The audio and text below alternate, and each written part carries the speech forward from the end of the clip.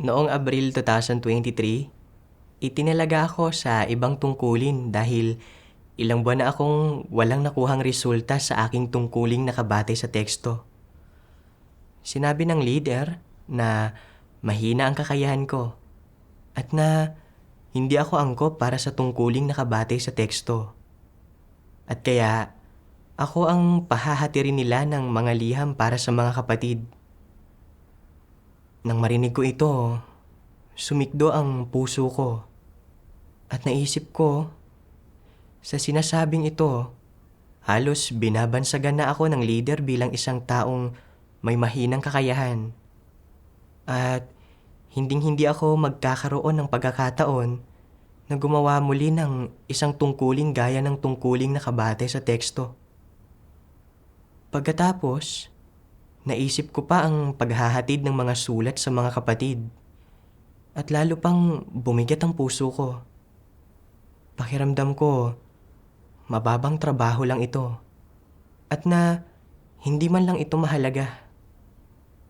Naisip ko, tanging ang mga taong may pinag-aralan at malalim kong mag-isip ang makakagawa ng tungkuling nakabatay sa teksto. At kaugnay din sa tungkuling ito ang buhay pagpasok at nangangailangan ito ng mahusay na pagkaunawa sa katotohanan. Isa itong medyo marangal na tungkulin.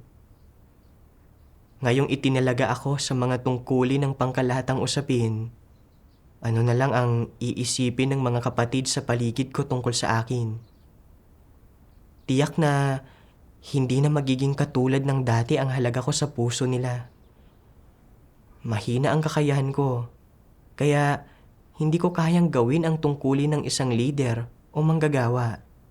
At hindi rin ako magaling sa mga salita. Kaya hindi rin ako angkop para sa gawain ng ebanghelyo o pagdidilig ng mga baguhan. Kaya mula ngayon, mukhang maiipit ako sa paggawa ng mga tungkulin ng pangkalahatang usapin. Parang sinaksak ang puso ko ng mga kaisipang ito. Pakiramdam ko ay parang bumagsak ang katayuan ko at nabawasan ang aking halaga. Na parang mula sa pagiging isang taong iginagalang, ako ay naging isang kung sinong tao na lang. Hindi ko ito matanggap at talagang naging negatibo at nanlumo ako. Tinanong ako ng leader kung ano ang mga iniisip ko at gusto ko talagang sabihin na ayaw kong gawin ang tungkuling ito. Pero pakiramdam ko ay hindi ako magiging makatwiran kung sasabihin ko iyon. Kasi naman, hindi ba't pagtanggi iyon sa aking tungkulin at pagkakanulo sa Diyos? Sa huli, hindi ko sinabi ang opinyon ko. Noong gabing iyon, talagang hindi ko mapakalma ang puso ko.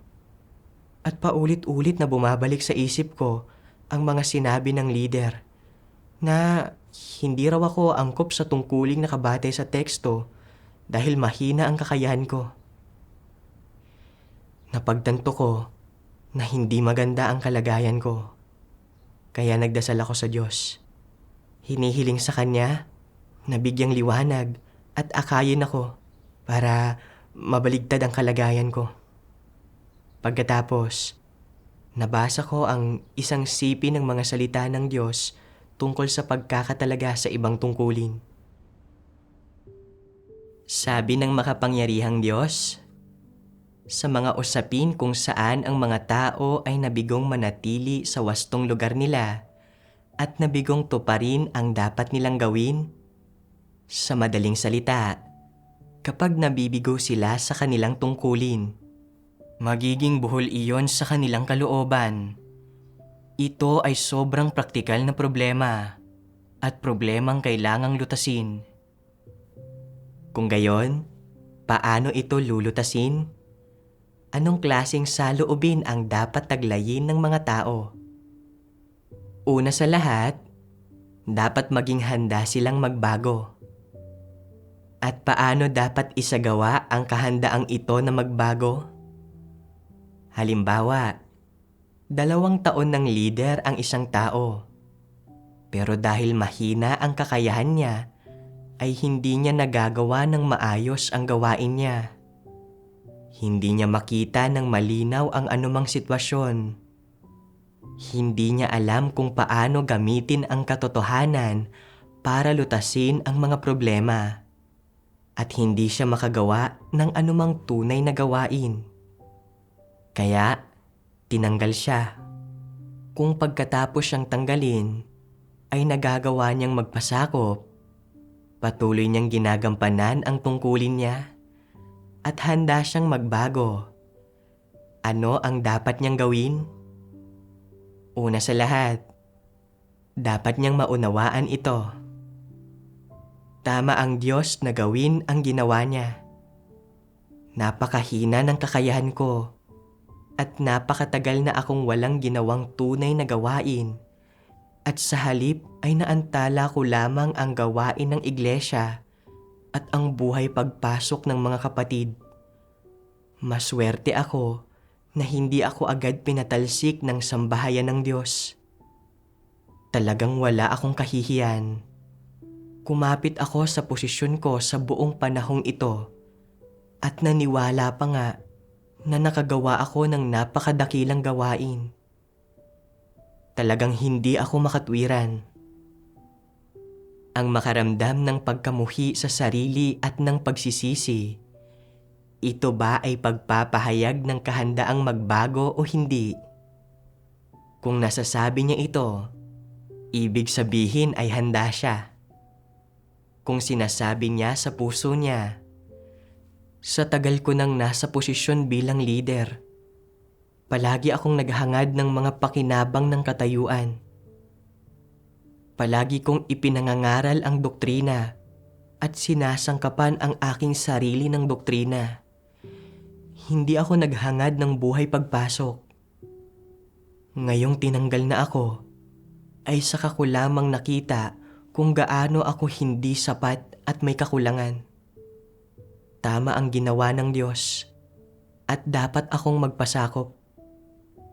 Dati, may katayuan ako at maayos akong tinrato ng mga kapatid. Pinalilibutan nila ako saan man ako pumunta. Ngayon ay wala nang pumapansin sa akin at tinatalikuran na ako. Ito ang dapat kong sapitin. Ito ang ganting parusang nararapat sa akin. Bukod pa rito, paanong ang isang nilikha ay magkakaroon ng anumang katayuan sa harap ng Diyos? Gaano man kataas ang katayuan ng isang tao, hindi ito ang kalalabasan ni ang destinasyon. Binibigyan ako ng Diyos ng atas, hindi para makapagyabang ako o makapagsaya sa katayuan ko, kundi para magampanan ko ang aking tungkulin. At dapat ay gawin ko ang anumang makakaya ko. Dapat akong magkaroon ng saloobin ng pagpapasakop sa kataas-taasang kapangyarihan ng Diyos at sa mga pagsasaayos ng sambahayan ng Diyos. Bagamat maaaring mahirap ang pagpapasakop, dapat akong magpasakop. Tama ang Diyos na gawin ang ginagawa niya. At kahit pa ipagpalagay na mayroon akong 10,000 palusot, walang katotohanan sa alinman sa mga iyon. Ang pagpapasakop sa Diyos ang katotohanan. Ito ang mga mismong pagpapahayag ng kahandaang magbago. At kung may isang taong magtataglay ng lahat ng ito, ano kaya ang magiging pagtatasa ng Diyos sa gayong tao? Sasabihin ng Diyos na isa itong taong may konsensya at katwiran. Mataas ba ang pagtatasang ito? Hindi ito sobrang mataas. Ang pagkakaroon lamang ng konsensya at katwiran ay hindi pasok sa mga pamantayan ng pagpeperpekto ng Diyos.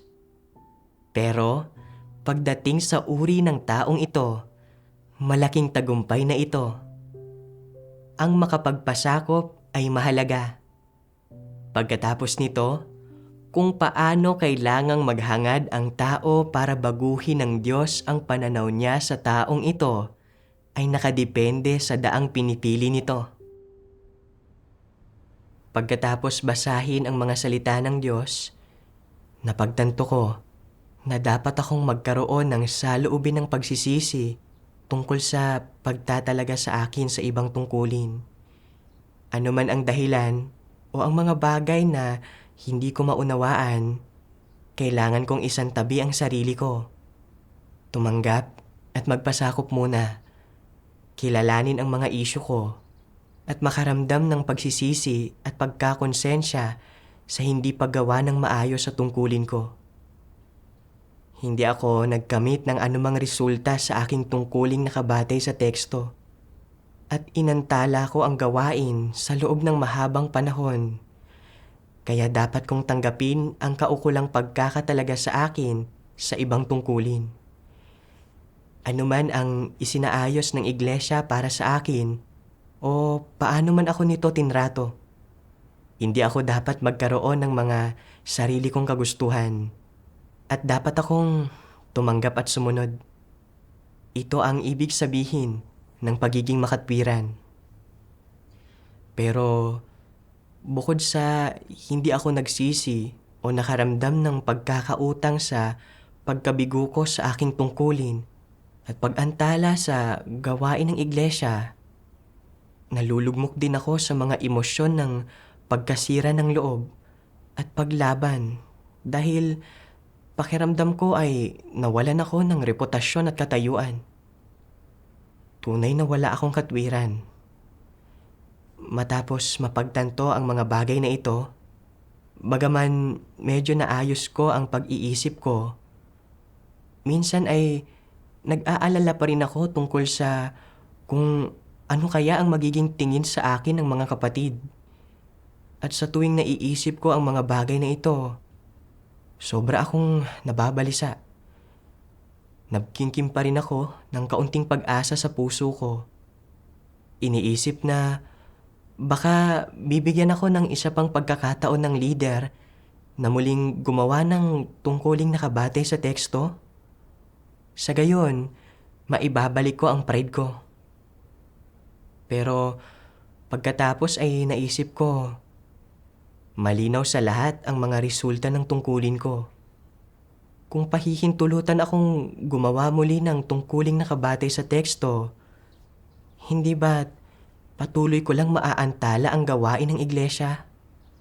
Nang mapagtanto na hindi talaga nabaligtad ang kalagayan ko, nagdasal ako sa Diyos. O Diyos, alam kong tama lang na maitalaga ako sa ibang tungkulin, pero masama pa rin talaga ang loob ko.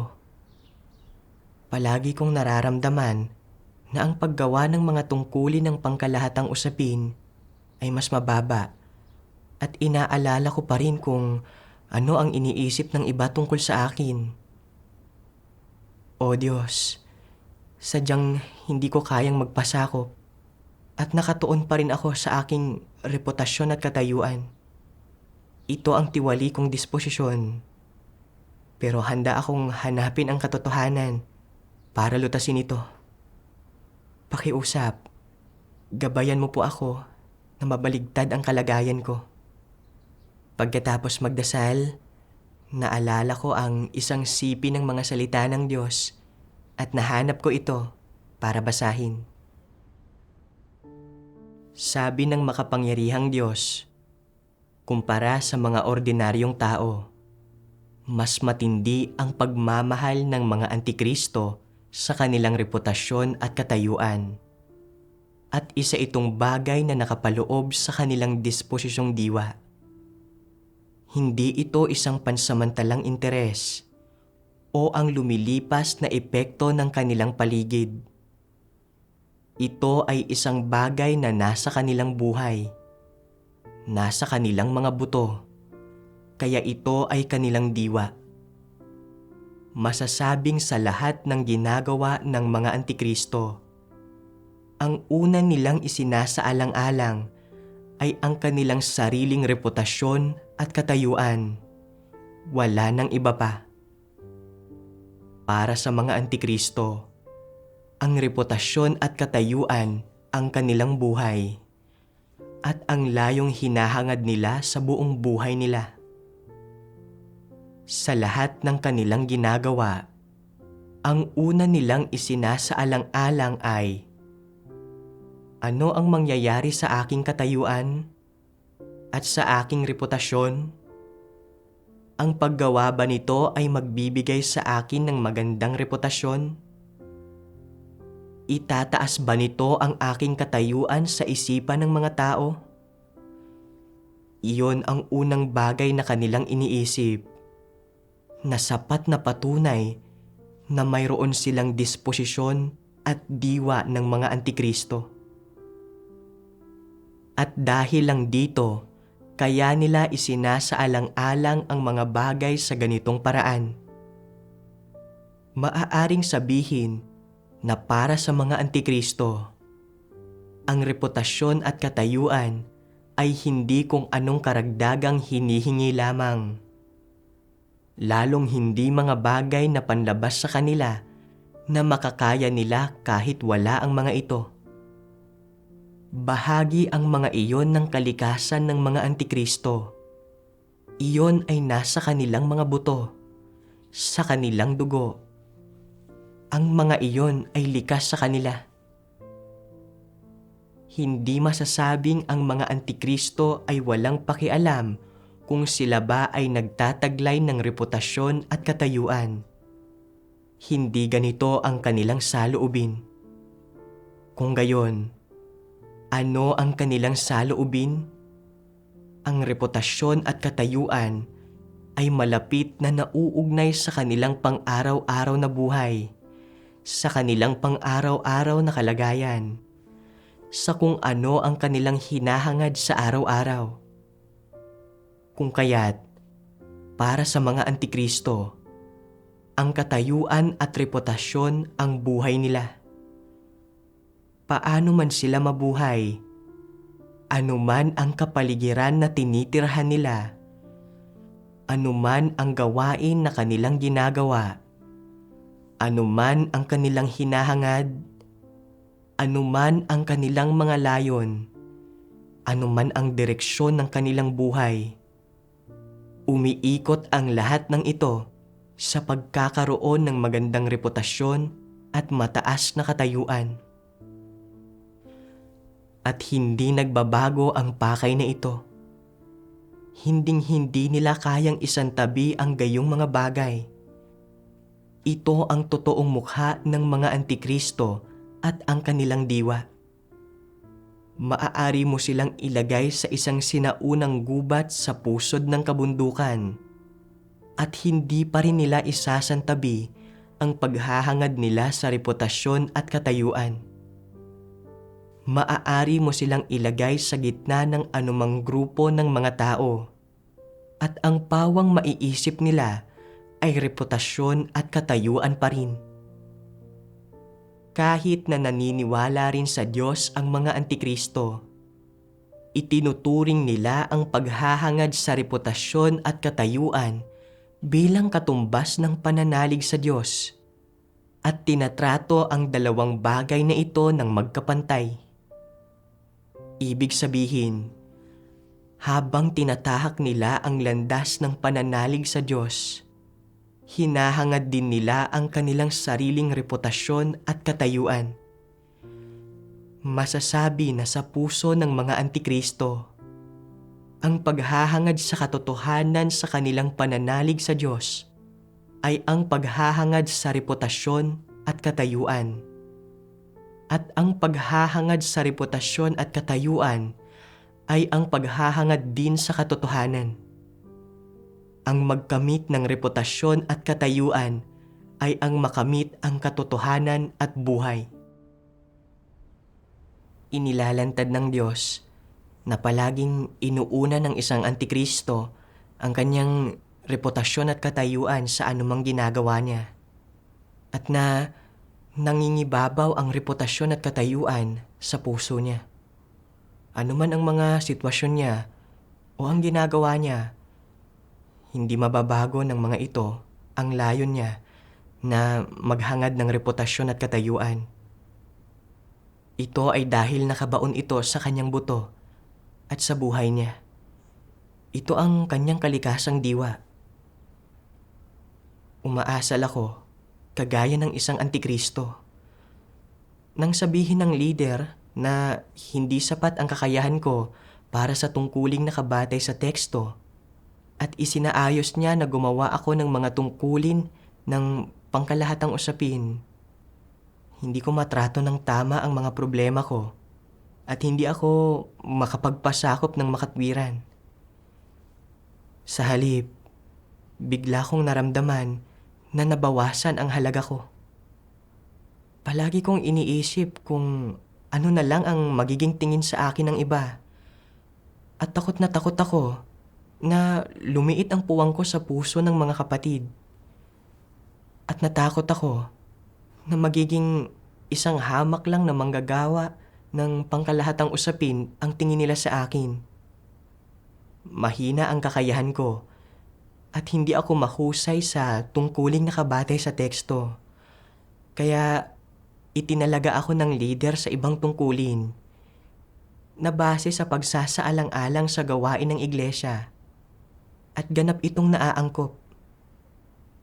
Ang usaping ito ay tatanggapin at tatratuhin ng tama ng isang makatwirang tao.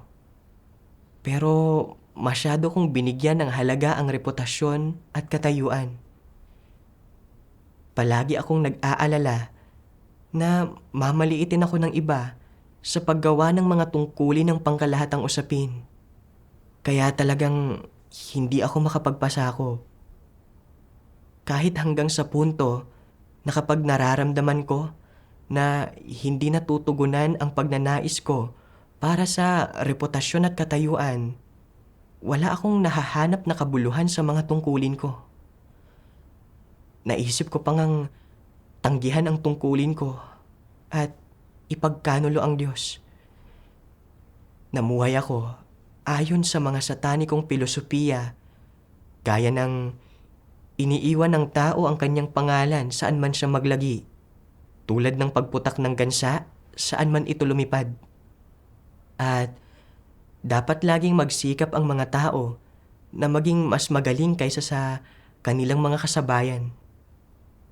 Naniniwala ako na sa buhay, dapat malampasan ng isang tao ang iba at pahangain ang mga ito. At saka lang magkakaroon ng kaluwalhatian at halaga ang buhay. Mula nang matagpuan ko ang Diyos, palagi kong gustong magkaroon ng mataas na posisyon sa iglesia at mapahalagahan ng mga kapatid ko. Sa mga tungkulin ko, madalas kong naibubunyag ang tiwaling disposisyon ng paghahangad ng reputasyon at katayuan. At bagaman marami akong nabasang mga salita ng Diyos patungkol dito, mapagmatigas pa rin akong naghahangad ng reputasyon at katayuan. Napakalalim nang nakaugat sa akin ang mga satanikong lasong ito. Kung patuloy akong maghahangad ng reputasyon at katayuan nang hindi nagbabago, mananatili ako sa kalagayang ito ng pagkasira ng loob. At sa huli, walang dudang iiwan ko ang Diyos dahil hindi natutugunan ang mga pagnanais ko para sa reputasyon at katayuan. Kailangan kong maghimagsik laban sa sarili ko at ihinto ang paghahangad sa reputasyon at katayuan. Isang araw, hiniling sa akin ng leader na maghatid ng ilang liham sa mga kapatid. Sa puso ko, muli kong naisip, tagasunod lang ng utos ang tungkuling ito. Hindi ko maiwasang mapabuntong hininga para ilabas ang pakiramdam ko na napipigilan ako. Nang mapagtanto ko ang mali kong kalagayan, agad akong nagdasal sa Diyos, handang maghimagsik laban sa aking tiwaling disposisyon at hindi tumuon sa pride o katayuan. Sa wakas, medyo napayapa ako sa pag-iisip sa ganitong paraan. Naalala ko ang isang sipi ng mga salita ng Diyos na nabasa ko noon. Sabi ng makapangyarihang Diyos, sa sambahayan ng Diyos, palaging nababanggit ang pagtanggap sa atas ng Diyos at paggampan ng maayos sa tungkulin ng isang tao. Paano nabubuo ang tungkulin? Sa malawak na pananalita, nabubuo ito bilang bunga ng gawaing pamamahala ng Diyos na naghahatid ng kaligtasan sa sangkatauhan. Sa partikular na pananalita, habang nahahayag sa sangkatauhan ang gawain ng pamamahala ng Diyos, lumilitaw ang iba't ibang gawain na nangangailangan na gawin ng mga tao ang parte nila at tapusin ito. Dahil dito, umusbong ang mga responsibilidad at mga misyon na dapat tuparin ng mga tao. At ang mga responsibilidad at mga misyon na ito ang mga tungkuling iginagawad ng Diyos sa sangkatauhan. Sa sambahayan ng Diyos, ang iba't ibang gampanin na nangangailangan na gawin ng mga tao ang parte nila ang mga tungkuling dapat nilang gampanan. Kaya't may mga pagkakaiba ba sa pagitan ng mga tungkulin kung ang pag-uusapan ay kung alin ang higit na mabuti at higit na masama, mataas at mababa, malaki at maliit? Hindi umiiral ang ganoong mga pagkakaiba. Hanggat ang isang bagay ay may kinalaman sa gawain ng pamamahala ng Diyos, isang pangangailangan sa gawain ng kanyang sambahayan, at kinakailangan sa pagpapalaganap ng Ebanghelyo ng Diyos, ito ay tungkulin ng isang tao. Ito ang pinagmulan at definisyon ng tungkulin. Kaya, kapag ikinukumpara ang tungkuling ito sa iyong makamundong misyon, alin ang mas mahalaga? Ang aking tungkulin. Bakit ganoon?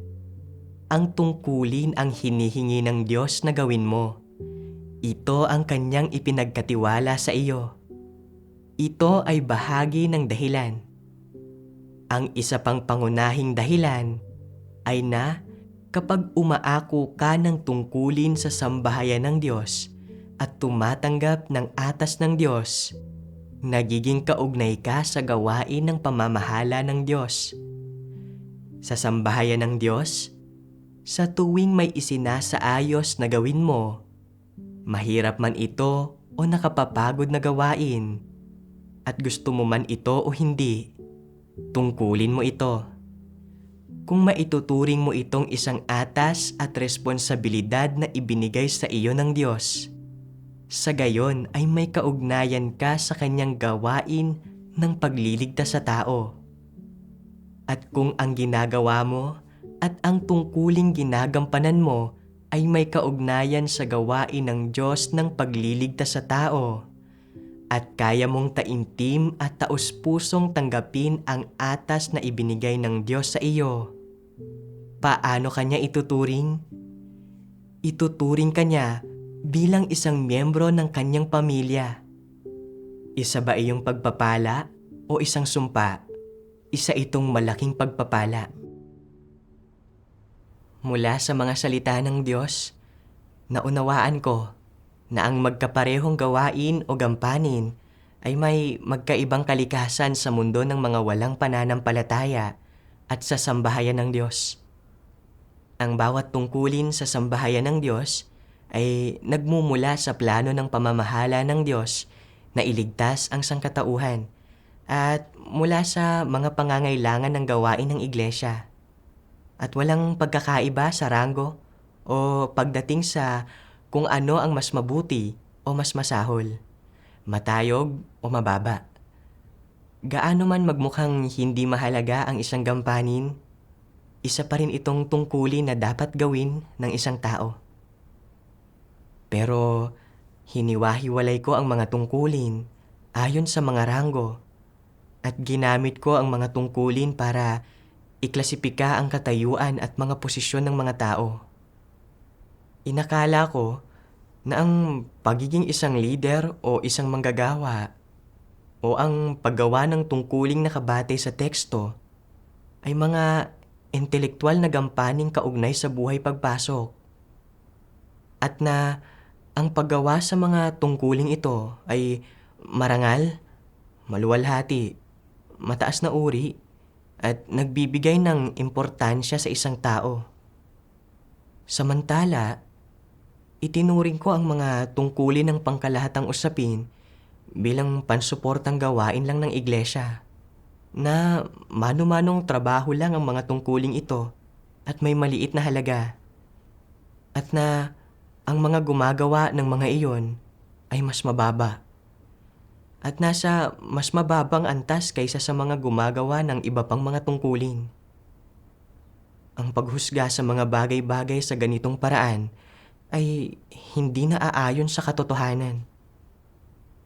Sa sambahayan ng Diyos, ginagawa ng lahat ang kanilang mga tungkulin para mag-ambag ng kanilang mga pagsisikap sa pagpapalaganap ng gawain ng Ebanghelyo. Katulad ng mga parte ng isang makina, ang bawat piyesa ay may papel na ginagampanan at lahat ay kailangan ng kabuuan. Kailangan din para sa gawain ng iglesia ang mga ginagawa kong tungkulin ng pangkalahatang usapin. Ang mga gampaning tulad ng paghahatid ng mga liham at mga aklat ng mga salita ng Diyos sa mga kapatid ay maaaring mukhang mga pangkalahatang gampanin lang. Pero dahil konektado ang mga ito sa gawain ng iglesia, ang mga tungkuling ito ay hindi ginagawa para sa sino mang tao, kundi ang mga ito ay responsibilidad na tinutupad sa harap ng Diyos. Higit pa rito, sa pamamagitan ng pagtatalaga sa akin sa ibang tungkulin, nabunyag ang aking maling landas ng paghahangad ng reputasyon at katayuan. Pati na ang mga walang katotohanan kong pananaw sa mga tungkulin. Pagliligtas ito ng Diyos para sa akin. Kalaunan, nabasa ko ang isang sipi ng mga salita ng Diyos na nagturo sa akin kung paano wastong harapin ang pagkakatalaga sa ibang tungkulin. Sabi ng makapangyarihang Diyos, tinatrato ng Diyos ng patas at pantay ang lahat ng tao. Dahil wala kang kayang gawin, hiniling sa iyo na ipangaral ang Ebanghelyo. Ginawa ito para bigyan ka ng pagkakataong gampanan ang huling posibleng papel mo sa mga sitwasyong hindi mo magawang umako ng anumang ibang tungkulin. Sa pamamagitan nito, nabibigyan ka ng isang pagkakataon at kaunting pag-asa. Hindi ka pinagkakaitan ng karapatang gawin ang iyong tungkulin. Mayroon pa ring atas ang Diyos para sa iyo at wala siyang pagkiling laban sa iyo. Sa makatwid, ang mga itinalaga sa mga pangkat ng Ebanghelyo ay hindi ipinapadala sa isang napabayaang sulok ni inaabandona. Sa halip, ginagawa nila ang kanilang tungkulin sa ibang lugar. Hindi mahalaga kung saan ka inilagay, kung anong oras o lugar ka naroroon, kung sinong mga tao ang nakakasalamuha mo, at kung anong tungkulin ang ginagawa mo. Palagi kang nakikita ng Diyos at sinisiyasat ang kaibuturan ng puso mo. Huwag mong isipin na dahil miyembro ka ng pangkat ng mga taga-ebanghelyo ay hindi ka na binibigyang pansin ng Diyos o na hindi ka niya nakikita at kaya pwede mong gawin ang anumang gusto mo. At huwag mong isipin na kung itinalaga ka sa isang pangkat ng Ebanghelyo, wala ka ng pag-asa na maligtas at pagkatapos ay negatibo mo itong haharapin. Ang ganitong mga paraan ng pag-iisip ay parehong mali. Saan ka man inilagay o anuman ang tungkuling isinaayos para gawin mo, iyon ang dapat mong gawin. At dapat mo itong gawin ng masigasig at ng may pananagutan. Hindi nagbabago ang mga hinihingi ng Diyos sa iyo. At kaya, hindi rin dapat magbago ang pagpapasakop mo sa mga pagsasaayos ng Diyos. Ang katayuan ng mga manggagawa ng Ebanghelyo ay katulad ng sa mga taong gumagawa ng iba pang mga tungkulin. Ang halaga ng isang tao ay hindi nasusukat sa tungkuling ginagawa niya, kundi sa kung hinahangad ba niya ang katotohanan at nagtataglay ba siya ng katotohanang realidad. Matapos basahin ang siping ito ng mga salita ng Diyos, naitama ang aking mga nakalilinlang na pananaw tungkol sa pagkakatalaga sa ibang tungkulin. Sa simula, palagi kong nararamdaman na sa paggawa ko ng mga pangkalahatang usapin, ako ay nagiging isang kung sinong tao na lang mula sa pagiging isang taong iginagalang. Pakiramdam ko pa nga noon na parang inilagay ako sa isang sulok para makalimutan at hindi mapapansin magpakailanman. Pero dahil sa liwanag ng mga salita ng Diyos, napagtanto ko na walang katotohanan ang pagkaunawang ito. Dahil sa mahina kong kakayahan, hindi ako angkop sa tungkuling nakabatay sa teksto. Isinaayos ng iglesia na gumawa ako ng mga tungkulin ng pangkalahatang usapin ayon sa kakayahan ko. Dito, binigyan ako ng oportunidad na gumawa ng isang tungkulin sa abot ng makakaya ko at gampanan ang papel ko. Nang mapagtanto ito, nakonsensya talaga ako. Wala akong anumang mga espesyal na kasanayan at hindi ko magawa ang iba pang mga tungkulin. Pero nagsaayos pa rin ang sambahayan ng Diyos ng isang tungkulin para sa akin sa abot ng aking makakaya. Binibigyan ako ng pagkakataon na maligtas. Pero paano ko ba tiningnan ito? Tiningnan ko ang pagkakatalagang ito sa ibang tungkulin bilang pangmamaliit at pagsasantabi sa akin. Masyadong katawa-tawa ang pagkaunawa ko at hindi ko alam kung ano ang nakakabuti para sa akin. Habang mas iniisip ko ito, lalo akong nakakaramdam ng pagkakautang sa Diyos. Naisip ko na kailangan kong gawin ng maayos ang tungkulin ko ayon sa mga hinihingi at mga prinsipyo ng gawain ng pangkalahatang usapin at tratuhin ito bilang isang atas mula sa Diyos at na kailangan kong gawin ng maayos ang tungkuling ito para hindi biguin ang masisidhing layunin ng Diyos. Naisip ko ang mga salita ng Diyos. Hindi magkapareho ang mga tungkulin. May isang katawan. Bawat isa ay ginagawa ang kanyang tungkulin. Bawat isa ay nasa kanyang lugar at ginagawa ang kanyang buong makakaya. Para sa bawat siklab, may isang kislap ng liwanag at naghahangad na lumago sa buhay. Sa gayon, ako ay masisiyahan.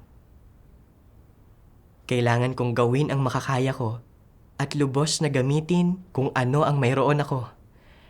Kailangan kong tumayo sa posisyon ko at ibigay ang buong lakas ko nang hindi isinasaalang-alang ang reputasyon o katayuan ko. Habang ginagawa ang tungkulin ko, kailangan kong hangarin ang katotohanan at buhay pagpasok at magsikap na tugunan ang mga layunin at hinihingi ng Diyos sa abot ng aking makakaya. Kalaunan, nabasa ko ang isa pang sipi ng mga salita ng Diyos at lalo pang naliwanagan ang puso ko. Sabi ng makapangyarihang Diyos, kung pinagdudusa ng Diyos ang isang tao sa pamamagitan ng sakit at kahirapan, ibig sabihin ba niyon ay wala siyang pag-asang maligtas? Kung mababa ang halaga niya at mababa ang katayuan sa lipunan, hindi ba siya ililigtas ng Diyos? Kung mababa ang katayuan niya sa lipunan, Mababa rin ba ang katayuan niya sa paningin ng Diyos? Hindi ganoon. Saan ito nakadepende? Nakadepende ito sa landas na tinatahak ng taong ito, sa paghahangad niya at sa saloobin niya sa katotohanan at sa Diyos. Kung napakababa ng katayuang panlipunan ng isang tao, napakahirap ng kanyang pamilya at mababa ang antas ng edukasyon niya, pero nananampalataya siya sa Diyos sa isang praktikal na paraan at minamahal niya ang katotohanan at mga positibong bagay. Kung gayon, sa mga mata ng Diyos, mataas o mababa ba ang halaga niya, marangal o ababa ito? May halaga ito. Kung titingnan ito sa ganitong perspektiba, saan ba nakadepende ang halaga ng isang tao? Kung mataas man o mababa, marangal man o hamak, nakadepende ito sa kung paano ka nakikita ng Diyos. Kung nakikita ka ng Diyos na isang taong naghahangad ng katotohanan, kung gayon, ikaw ay may kabuluhan at mahalaga. Ikaw ay isang mahalagang sisidlan. Kung nakikita ng Diyos na hindi mo hinahangad ang katotohanan at na hindi mo tapat na ginugugol ang sarili mo para sa Kanya, kung gayon, ikaw ay walang kabuluhan at walang halaga. Ikaw ay isang hamak na sisidlan. Gaano man kataas ang pinag-aralan mo o gaano man kataas ang katayuan mo sa lipunan, kung hindi mo hinahangad o inuunawa ang katotohanan, kung gayon, kailanman hindi magiging mataas ang halaga mo. Kahit na maraming taong sumusuporta sa iyo, nagtataas sa iyo, at sumasamba sa iyo, isa ka pa ring hamak na kasuklam-suklam. Kung titingnan ito ngayon, ano ang batayan sa pagtukoy ng halaga ng isang tao bilang marangal o hamak? Ito ay ang kanilang saloobin sa Diyos, katotohanan, at mga positibong bagay. Tama iyon. Una sa lahat, dapat maunawaan ng isang tao kung ano ang saloobin ng Diyos. Ang maunawaan ang saloobin ng Diyos at maunawaan ang mga prinsipyo at mga pamantayan kung paano tinutukoy ng Diyos ang mga tao. At pagkatapos ay sukatin ang mga tao batay sa mga prinsipyo at mga pamantayan ng pagtrato ng Diyos sa mga tao. Ito lamang ang pinakatumpak, pinakaangkop, at pinakapatas. Mula sa mga salita ng Diyos, naunawaan ko na hindi sinusukat ng Diyos ang halaga ng isang tao ayon sa panlabas na katayuan nito sa lipunan, ni sa tungkuling ginagawa nito, kundi ayon sa saloobin nito sa katotohanan at sa Diyos. Ang mga nagmamahal at naghahangad sa katotohanan, anuman ang tungkuling ginagawa nila, o kung hinahangaan ba sila ng iba, ay may halaga sa mga mata ng Diyos. Pero para sa mga hindi naghahangad sa katotohanan, kahit na magmukha silang maluwalhati at prominente at hangaan sila ng marami dahil sa mga tungkulin nila, mananatili pa rin silang aba at walang kwenta sa mga mata ng Diyos. Hindi lamang binabaliwala ng Diyos ang gayong mga tao, kundi kinasusuklaman at kinapopuotan din sila. Nang mapagtanto ang mga bagay na ito, lumiwanag at gumaan ang puso ko. May isa lang akong naisip. Ano man ang tungkuling ginagawa ko, pagtutuunan ko lang ang paghahangad sa katotohanan. Sa sandaling ito, nagawa kong tunay na tanggapin ang gawain ng pangkalahatang usapin bilang tungkulin ko. At nagsimula akong aktibong mag-isip kung paano ko magagawa ng maayos ang tungkuling ito. Nang italaga ulit ng leader na maghatid ako ng mga liham at aklat ng mga salita ng Diyos sa mga kapatid, hindi na ako nakaramdam ng pagtutol. Sa halip, nakita ko ito bilang tungkulin ko at bilang isang bagay na dapat kong gawin. At nagpasya akong gawin ng maayos ang tungkulin ko. Matapos mabaligtad ang kalagayan ko, napanatag ang puso ko at nagawa ko ang tungkulin ko ng may payapang isip. Tunay akong nagpapasalamat sa kaliwanagan at paggabay ng mga salita ng Diyos dahil sa pagpapahintulot sa akin na magkamit ng pagkaunawa at pagbabagong ito.